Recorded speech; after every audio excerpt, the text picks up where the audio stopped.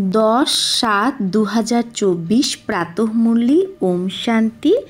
বাপদাদা মধুবন। বাবা বলেছে, মিঠে বাচ্চে, এখন শতপ্রধান হয়ে ঘরে যেতে হবে। তাই নিজেকে আত্মা ভেবে নিরন্তর বাবাকে ইয়াদ করার অভ্যাস করো। উন্নতির সদা খেয়াল রাখো। তো এখন আমাদের শতপ্রধান হয়ে ঘরে যেতে হবে। তার জন্য নিজেকে এখন আত্মা ভেবে নিরন্তর বাবাকে ইয়াদ করার অভ্যাস করতে হবে, আর সদা উন্নতির খেয়াল রাখতে হবে।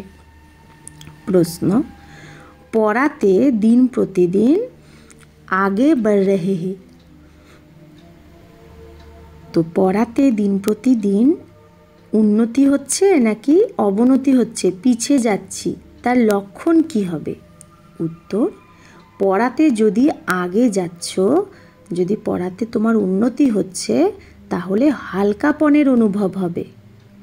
বুদ্ধিতে থাকবে যে এই শরীর তো ছি, একে এখন ছাড়তে হবে, আমাকে তো এখন ঘরে যেতে হবে। দৈবী গুণ ধারণ করতে থাকবে।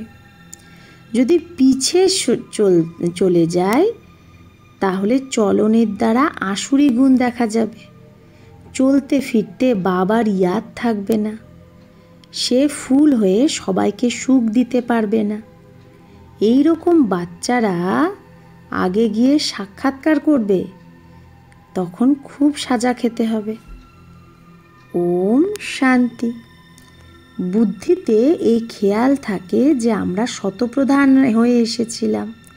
আমরা যখন এসেছিলাম এই দুনিয়া শতপ্রধান হয়ে, রুহানি বাবা রুহানি বাচ্চাদের বোঝায় এখানে সবাই বসে আছে।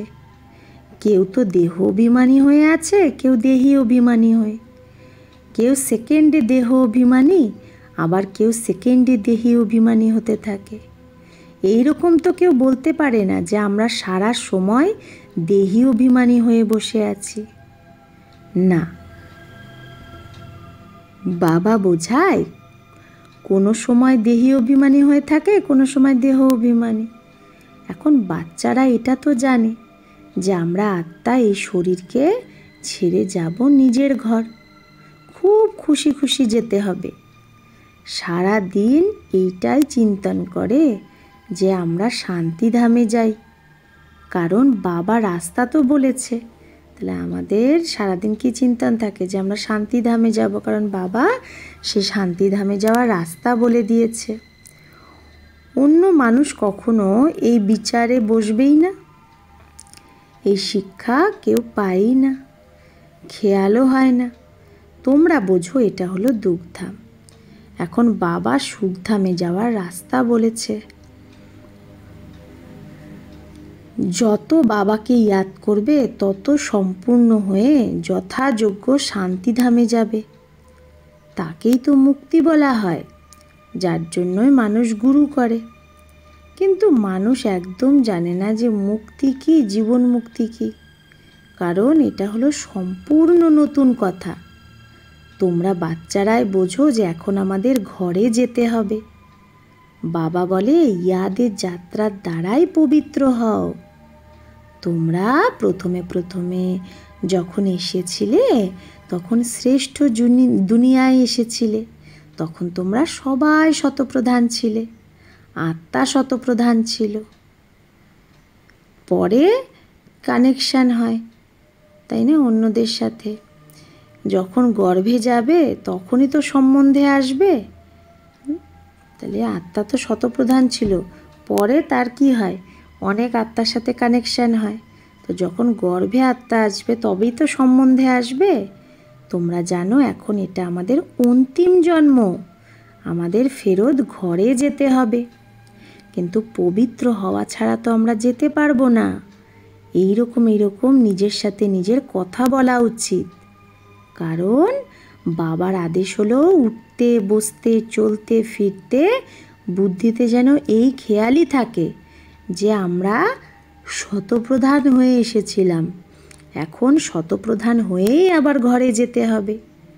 তো শতপ্রধান হতে হবে বাবার ইয়াদে, কারণ বাবাই পতিত পাবন। বাবা আমাদের বাচ্চাদের যুক্তি বলে যে তোমরা এইরকম পাবন হতে পারো। সারা সৃষ্টির আদি মধ্য অন্তকে তো বাবাই জানে, আর কেউ অথরিটি নেই। বাবাই মনুষ্য সৃষ্টির বীজ রূপ। ভক্তি কতটা চলে এটাও বাবা বোঝায়। এতটা সময় জ্ঞান মার্গ আর এতটা সময় ভক্তি মার্গ। ভক্তি মার্গ কখন? দাপর কলি। আর জ্ঞান মার্গ সত্য ত্রেতা। এই সঙ্গমে আমরা জ্ঞান পেয়ে প্রালব্ধ পাই। এই সারা জ্ঞান আমাদের মধ্যে সবসময় টপকানা চাইয়ে, টপকানো উচিত। যেরকম বাবার আত্মার মধ্যে জ্ঞান আছে, তো তোমাদের আত্মার মধ্যেও কি আছে? জ্ঞান আছে। শরীর দ্বারা তোমরা জ্ঞান শোনো, আবার শোনাও। শরীর ছাড়া তো আত্মা বলতে পারে না। এখানে প্রেরণা বা আকাশবাণীর কোনো ব্যাপার নেই। তো ভগবানও বাজ, তার মানে তার তো নিশ্চয়ই মুখ চাই, রথ চাই। তো ঘোড়া গাড়ির রথ তো চাই না। তোমরাও প্রথমে ভাবতে কলিযুগ এখনও 40,000 বছর আরও আছে। অজ্ঞান নিদ্রায় ঘুমিয়েছিলে, এখন বাবা জাগিয়েছে। তোমরাও তো অজ্ঞানেই ছিলে, এখন তোমরা জ্ঞান পেয়েছো। অজ্ঞান বলা হয় ভক্তিকে। এখন তোমাদের বাচ্চাদের এটা খেয়াল করা উচিত যে আমি নিজের উন্নতি কি করে করব, কি করে উঁচু পদ পাব। নিজের ঘরে গিয়ে আবার নতুন রাজধানীতে এসে উঁচু মর্তবা পাব। তার জন্য হলো ইয়াদের যাত্রা। নিজেকে আত্মা অবশ্যই ভাবতে হবে। আমাদের সব আত্মাদের বাবা পরমাত্মা। এটা তো একদম সিম্পল, কিন্তু মানুষ এইটুকু কথাও বোঝে না। তোমরা বোঝাতে পারো যে এটা হলো রাবণ রাজ্য, তাই তোমাদের বুদ্ধিও ভ্রষ্টাচারী হয়ে গেছে। মানুষ ভাবে যে বিকারে যায় না সে পাবন, যেরকম সন্ন্যাসীরা। বাবা বলে তারা তো অল্পকালের জন্য পাবন হয়, কিন্তু দুনিয়াটা তো তাও পতিত না। পাবন দুনিয়া তো সত্য যুগে থাকে। পতিত দুনিয়ায় সত্য যুগের মতো পাবন কিচ্ছু হতে পারে না। সত্য যুগ যেরকম পাবন ছিল, সেটা কি পতিত দুনিয়ায় হবে? হবে না। সেখানে তো সত্য যুগে তো কি নেই? রাবণ রাজ্য নেই, বিকারের কোনো ব্যাপারই নেই। तो चक्र लगाए घूमते फिरते बुद्धि में यही चिंतन रहना चाहिए। तो बाबा बोलছে তুমি ঘোরো ফেরো, তাও বুদ্ধিতে যেন এই চিন্তনই থাকে। বাবার মধ্যে জ্ঞান আছে না, জ্ঞান সাগর বাবা, তো নিশ্চয়ই জ্ঞান টপকায়। তোমরাও তো জ্ঞান সাগর থেকে বেরোনো সেই নদী। বাবা তো এভার সাগর, আর তোমরা এভার সাগর না। তোমরা বাচ্চারা বোঝো, আমরা তো সবাই ভাই ভাই। তোমরা বাচ্চারা পড়ো, তো বাস্তবে নদী আদির ব্যাপার নেই। নদী বললে গঙ্গা যমুনা আদি বলে দেয়। তোমরা এখন বেহদে দাঁড়িয়ে আছো। আমরা সব আত্মারা এক বাবার বাচ্চা, ভাই ভাই। এখন আমাদের বাপিস ঘরে যেতে হবে, যেখান থেকে এসে শরীররূপী সিংহাসন বিরাজমান হই, সেইখানেই আবার আত্মাকে যেতে হবে। আত্মা খুব ছোট হয়, সাক্ষাৎকার হলেও বোঝা যায় না।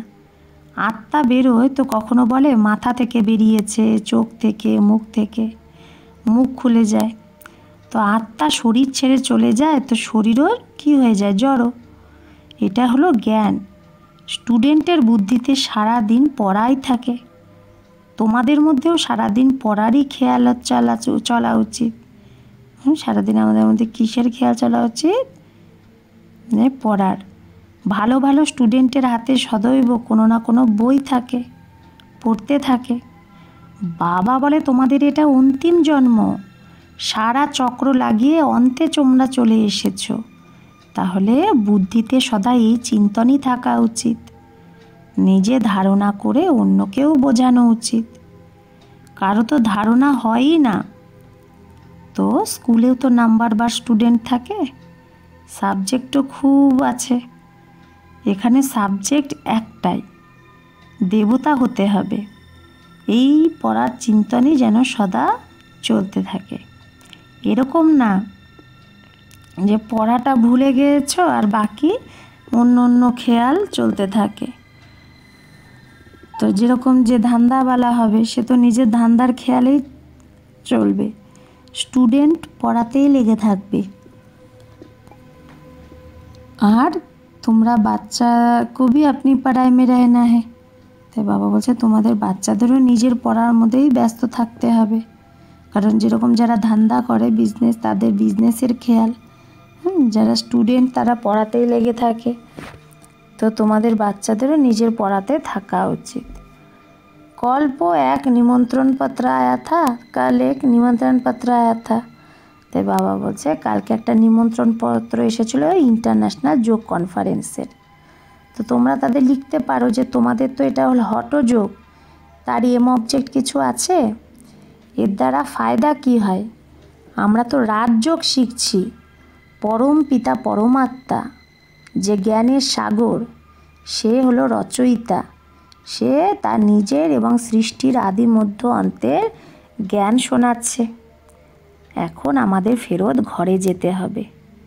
মন মনা ভব, এটা হলো আমাদের মন্ত্র।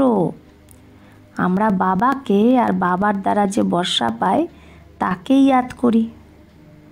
তোমরা এই হঠযোগ আদি করে এসেছো, তো তার এম অবজেক্ট কি?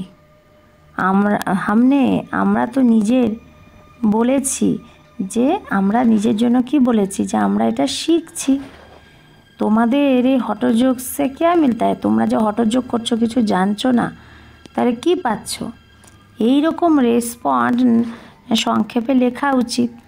এই রকম নিমন্ত্রণ তো তোমাদের কাছে অনেক আসে।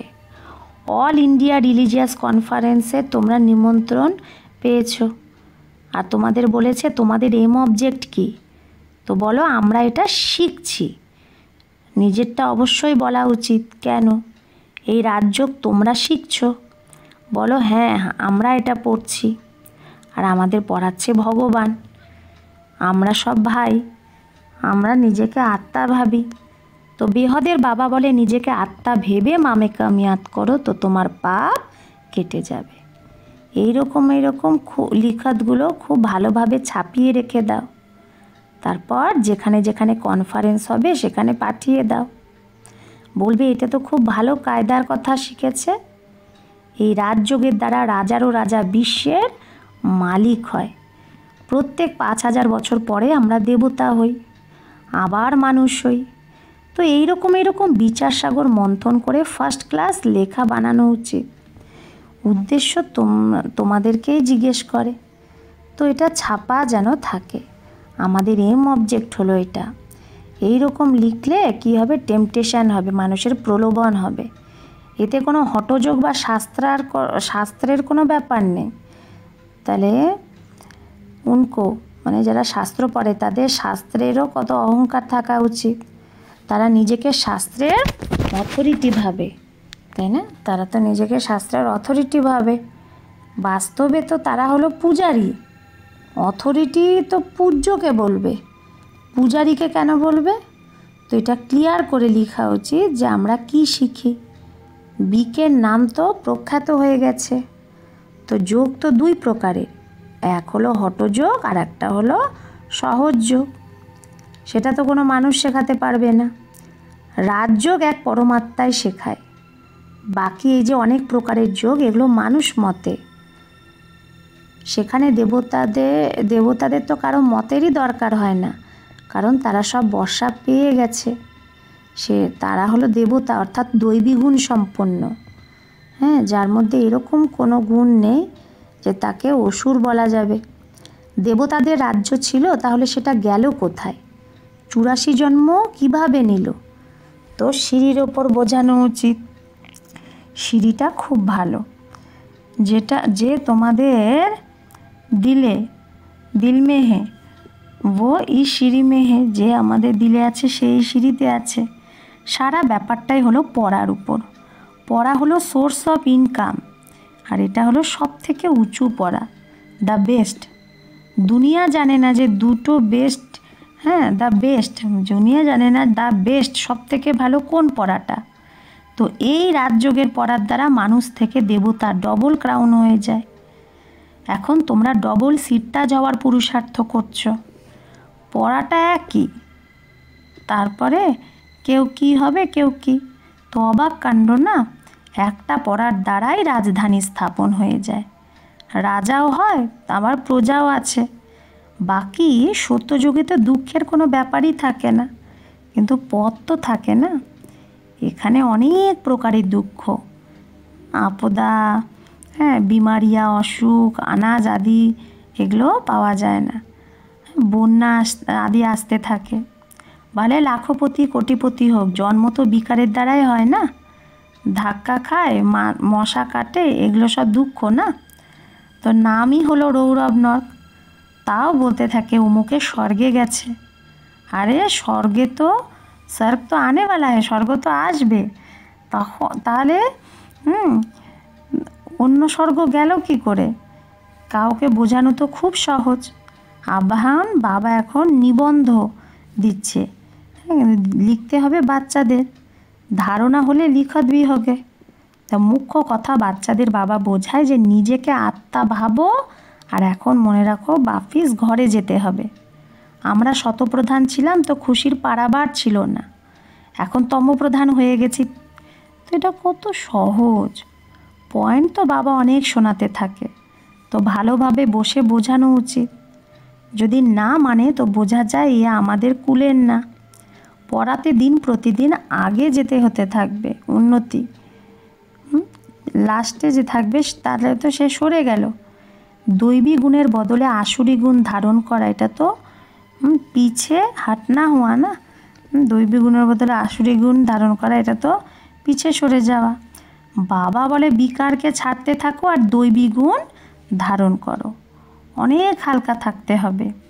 এই শরীর তো ছি একে ছাড়তে হবে। আমাদের এখন যেতে হবে নিজের ঘর। বাবাকে ইয়াদ না করলে গুলগুল হবে না, অনেক সাজা খেতে হবে। আগে গিয়ে তোমাদের সাক্ষাৎকার হবে, জিজ্ঞেস করবে বাবা তুমি কি সার্ভিস করেছো, তুমি কবি কোর্ট মে নেহি গয়ে হো, তুমি কখনো কোর্টে যাওনি? বাবা তো সব কিছু দেখেছে, কিভাবে এই লোকগুলো চুরিকে ধরে, চোরকে, আবার কেস চালায়। তো সত্যযুগেও তোমাদের সব সাক্ষাৎকার বাবা করাতে থাকবে। সাজা খেয়ে তাহলে কী হবে, পয়সার পথ পাবে। টিচারের তো রহেম আসে না, তো ইয়ে না পাসেও যায়গে। হ্যাঁ, যারা, তো বাবা বলছে যে না পাস হয়ে যাবে। টিচার বোঝে কে বাচ্চা ফেল করবে, কোন বাচ্চা পাস করবে। যে বাবা বলছে বাবাকে ইয়াদ করা সাবজেক্ট খুব ভালো, যার দ্বারা পাপ কাটে। বাবা আমাদের পড়ায়, এটা চিন্তন করে চক্র লাগানো উচিত। স্টুডেন্ট টিচারকে ইয়াদ তো করে, আবার বুদ্ধিতে তার পড়াটাও থাকে।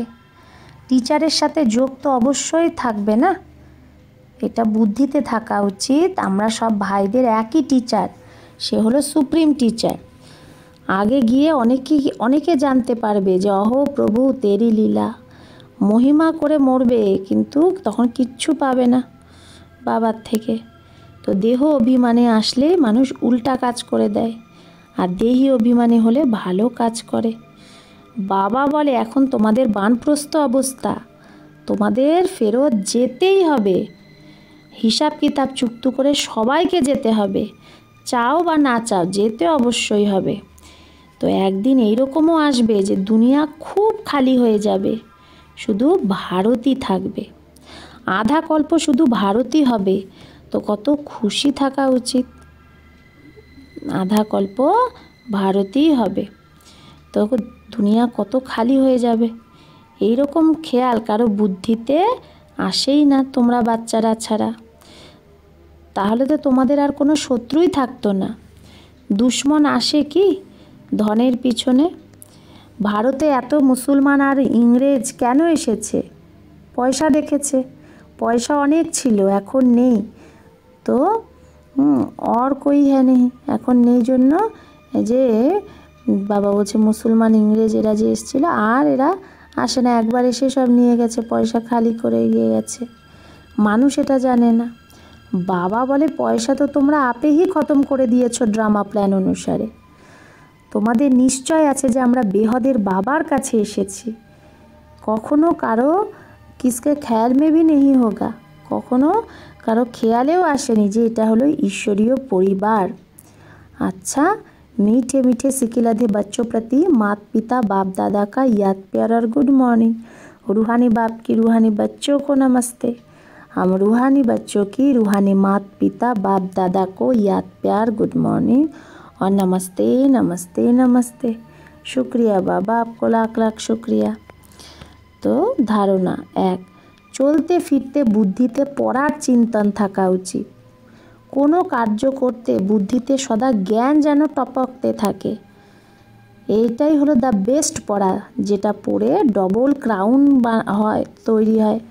তাহলে এই পড়াটা পড়লে আমরা কি হব? ডবল ক্রাউনের অধিকারী হব।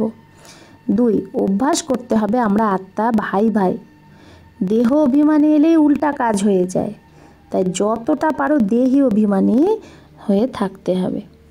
বরদান, সত্যতার শক্তি দ্বারা সদা খুশিতে যে নাচে সেই শক্তিশালী মহান আত্মা ভব। বলা হয় সচ তো বিঠো নাচ, যদি তুমি সত্য থাকো তাহলে বসে নাচো।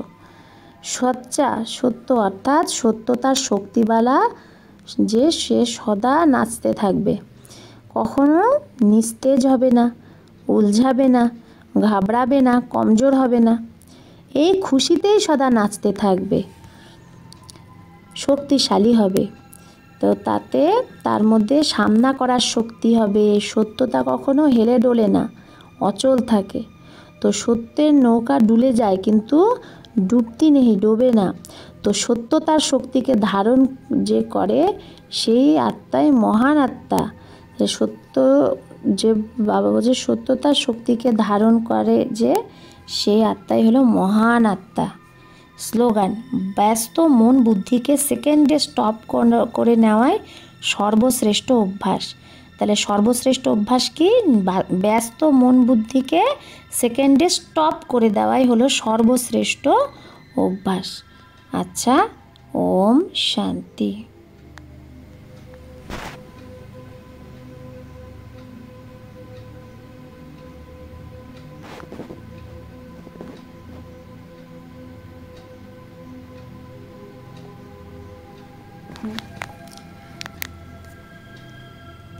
তাহলে আমাদের এখন সবসময় এই অভ্যাসই করতে হবে, ব্যস্ত মন বুদ্ধিকে কিভাবে আমরা স্টপ করতে পারি। তাহলে এটাই হলো সর্বশ্রেষ্ঠ অভ্যাস। আচ্ছা, ওম শান্তি।